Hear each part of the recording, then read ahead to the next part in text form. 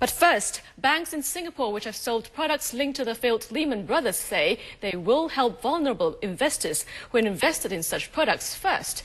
DBS, Maybank and Hong Leong Finance issued statements on Wednesday echoing an earlier call by the Singapore Central Bank to help such investors first. The Monetary Authority of Singapore says vulnerable investors include those over 55, poorly educated and first-time investors. But financial institutions have different interpretations of this class of investors. Desmond Wong with more. Hong Leong Finance says it will buy back Lehman mini bonds from main account holders who are over the government retirement age of 62. It will also do so for the poorly educated, defined as those with a primary school education or below. And Maybank says it has already identified Lehman mini bond investors who belong to the vulnerable group and has fast-tracked the review of such cases. But it declined to reveal its criteria for such vulnerable investors. Local lender DBS says it will evaluate the complaints of such investors on a case-by-case basis, but also did not give more details. Despite the lack of a common set of criteria, the efforts by the banks were lauded by retail investors.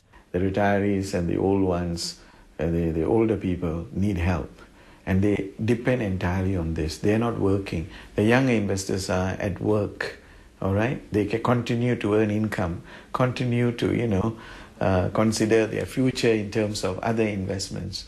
However, it is not clear what help affected investors outside of this group can expect from financial institutions. But observers say they can consider seeking redress through the Financial Industry Disputes Resolution Center, or FIDREC. For a minimal charge for the administration, $50. Now, this by any imagination is, I suppose, is affordable and, should be taken advantage of by this group if they are not satisfied with their FIs. He says FIDREC resolutions usually take about 6 months to complete, while going to court could take years. One of Singapore's largest banks, DBS, have started compensating retail investors whose cases did not meet bank standards. DBS refused to say how much was paid out and to how many people on the first day. But Channel News Asia understands investors will be put through interviews and evaluations before money is paid out. Valerie Tan with more. It was business as usual at the three financial institutions that promised payouts. Channel News Asia understands the investors were given appointments for interviews, which explained why there were no crowds at branches. Hong Leong Finance and Maybank say they've contacted vulnerable investors, including the elderly and less educated. 63-year-old retiree Madam Tan said she invested 10,000 Sing dollars without knowing it was related to Lehman Brothers. 他跟我讲，我报现在利息有5年9个月。他说你不要退出，我说我明白。 She said the bank would take a month to evaluate her case before deciding on the compensation. DBS says it would pay cash in cases where standards were not followed. First thing would be non-disclosure, the inability to disclose clearly and accurately the product information. That would be first classified as misrepresentation.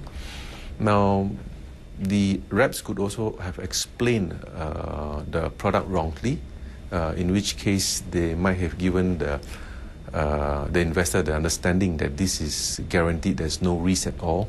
That's what happened to these sisters in their 40s who invested 160,000 Sing dollars through a CIMB broker friend.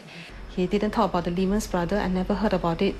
It's only after the whole event then I get to know how complex this product is. I no longer have the kind of earning power that I had 20 years ago.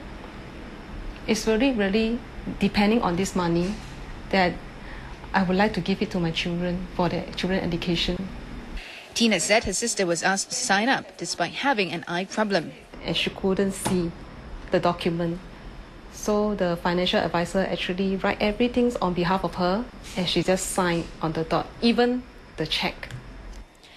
And since early October, the two sisters have lodged complaints with the relevant officials, including the Monetary Authority of Singapore. But the only response they've got are letters of acknowledgement.